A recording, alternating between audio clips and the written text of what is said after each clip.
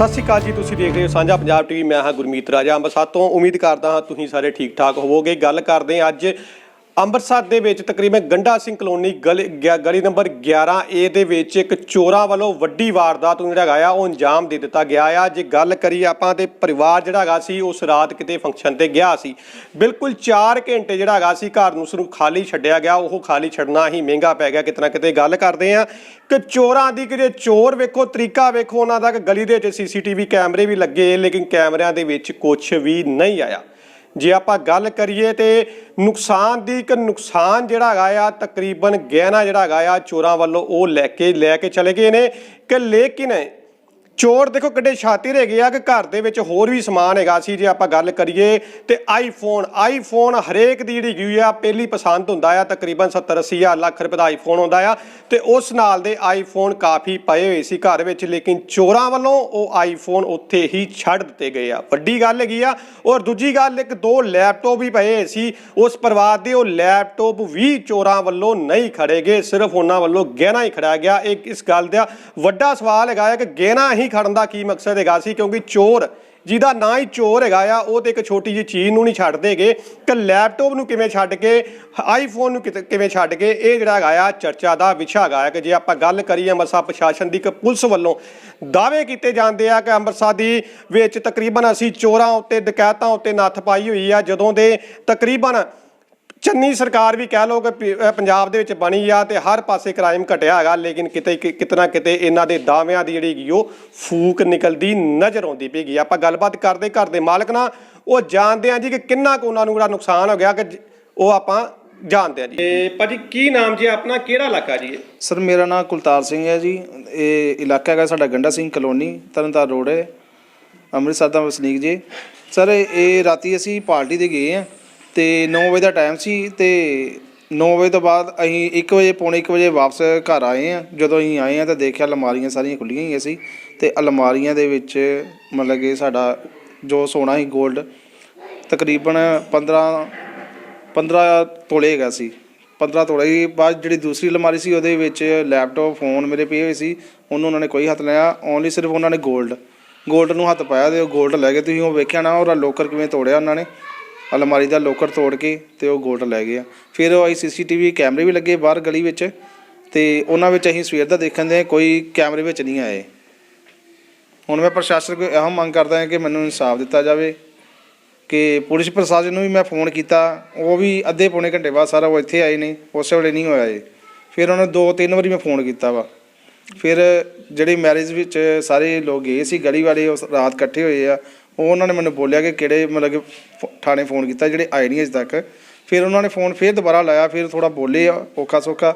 ਫਿਰ ਪੁਲਿਸ ਪ੍ਰਸ਼ਾਸਨ 2 ਜਣੇ ਆਏ ਹੈ ਤੇ ਉਹਨਾਂ ਨੇ ਆ ਕੇ ਕਾਰਵਾਈ ਆਪਣੀ ਕੀਤੀ ਹੈ। ਸਰ ਭਾਜੀ ਕੀ ਲੱਗਦਾ ਤੁਹਾਨੂੰ, ਕੋਈ ਵੱਡੀ ਗੱਲ ਹੈਗੀ ਹੈ? ਤੁਹਾਡਾ ਡਬਲ ਮੰਜ਼ਿਲ ਜਿਹੜਾ ਮਕਾਨ ਹੈਗਾ ਆ, ਕੋਠੇ ਦੇ ਕਮਰੇ ਵੀ ਗਏ ਉਹ ਬਿਲਕੁਲ ਸੇਫ ਹੈਗੇ ਆ, ਉਹ ਥੱਲੇ ਹੀ ਕਿਉਂ ਨਿਸ਼ਾਨਾ ਬਣਾਇਆ ਗਿਆ? ਔਰ ਉਹ ਵੱਡੀ ਗੱਲ ਹੈਗੀ ਆ ਕਿ ਉਸ ਅਲਮਾਰੀ ਨੂੰ ਹੀ ਕਿਉਂ ਦੇਖਿਆ ਗਿਆ ਜਿਹਦੇ ਵਿੱਚ ਗਹਿਣਾ ਹੈਗਾ? ਸਰ ਮੈਂ ਤਾਂ ਇਹੀ ਕਹਿ ਸਕਦਾ ਕਿ ਇਹ ਕਿਸੇ ਖਾਸ ਭੇਤੀ ਦੇ ਬੰਦੇ ਦਾ ਕੰਮ ਆ, ਜਿਹਨੂੰ ਮਤਲਬ ਕਿ ਭੇਤ ਸੀਗੀ। ਇੱਥੇ ਸਮਾਨ ਸਾਰਾ ਪਿਆ ਹੋਇਆ ਵਾ, ਕਿਉਂਕਿ ਬਾਕੀ ਤੁਸੀਂ ਹੋਰ ਵੀ ਦੇਖ ਸਕਦੇ, ਹੋਰ ਕਿਸੇ ਚੀਜ਼ ਨੂੰ ਨਸ਼ੇੜਿਆ ਨਹੀਂ ਆ।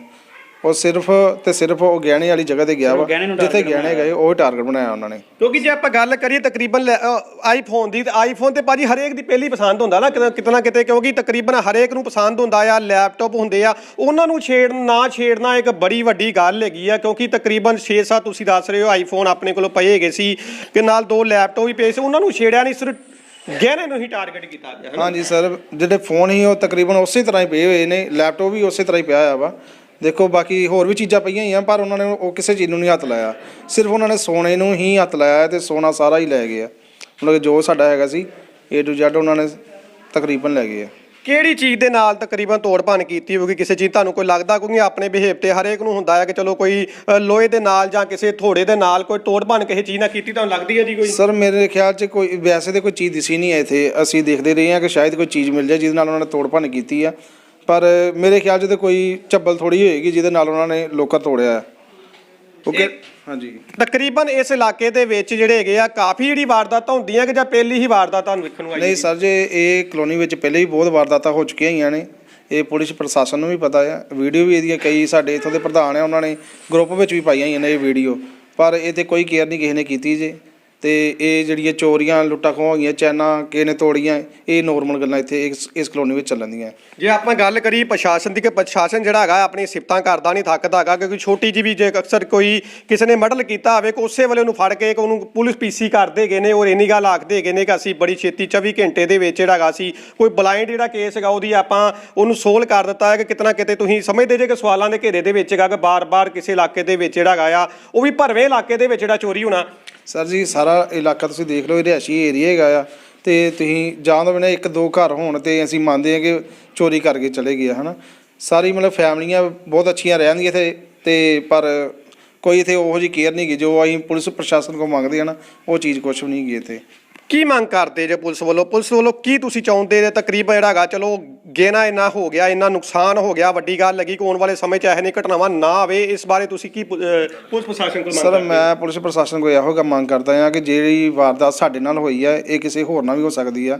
ਜੇ ਅੱਜ ਤੋਂ ਠੱਲ ਪਾਉਣਗੇ ਜਾਂ ਕੋਈ ਕਾਰਵਾਈ ਕਰਨਗੇ ਤੇ ਫਿਰ ਇਹ ਮਤਲਬ ਕਿ ਕੋਈ ਘੱਟ ਕੰਮ ਹੋ ਸਕਦਾ ਹੈ, ਨਹੀਂ ਤੇ ਨਹੀਂ। ਇਹ ਸਾਰੇ ਜੋ ਹਿਸਾਬ ਨਾਲ ਇਹ ਜਿਵੇਂ ਪੁਲਿਸ ਪ੍ਰਸ਼ਾਸਨ ਕਰਦੀ ਹੈ, ਇਹ ਚੋਰਾਂ ਨੂੰ ਹੋਰ ਪਨਾਹ ਮਿਲ ਰਹੀ ਹੈ ਕਿ ਅਸੀਂ ਹੋਰ ਵੱਧ ਤੋਂ ਵੱਧ। ਪੁਲਿਸ ਕੋਲੋਂ ਕੀ ਮੰਗ ਕਰਦੇ?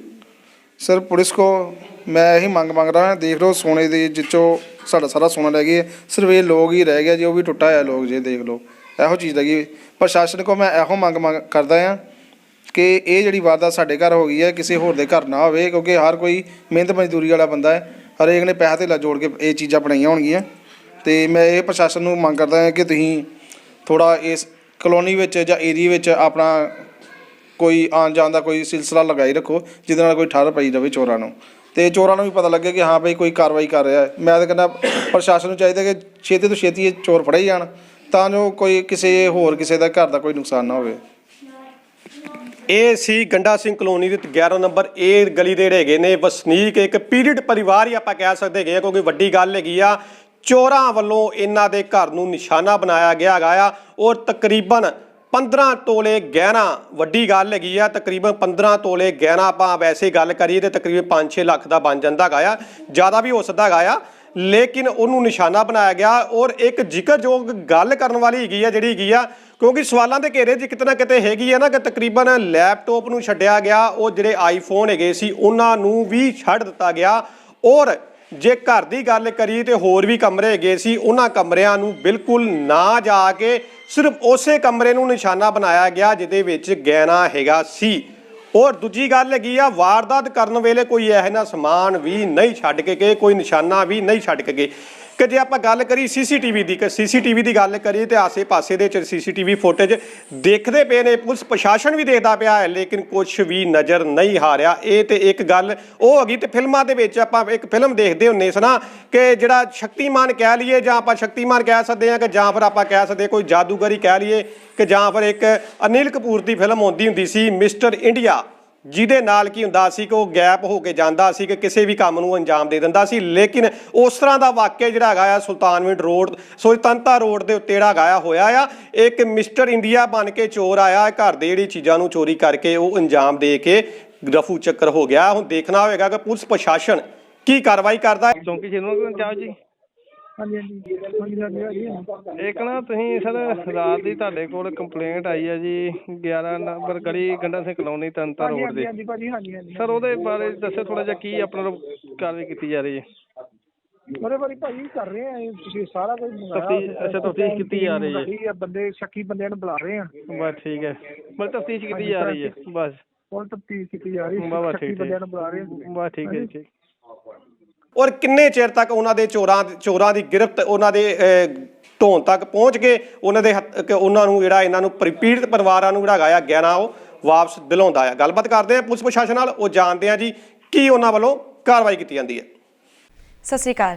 ਪਲੀਜ਼ ਸਾਡੇ ਚੈਨਲ ਸਾਂਝਾ ਪੰਜਾਬ ਨੂੰ ਲਾਈਕ ਤੇ ਸਬਸਕ੍ਰਾਈਬ ਕਰੋ YouTube ਤੇ।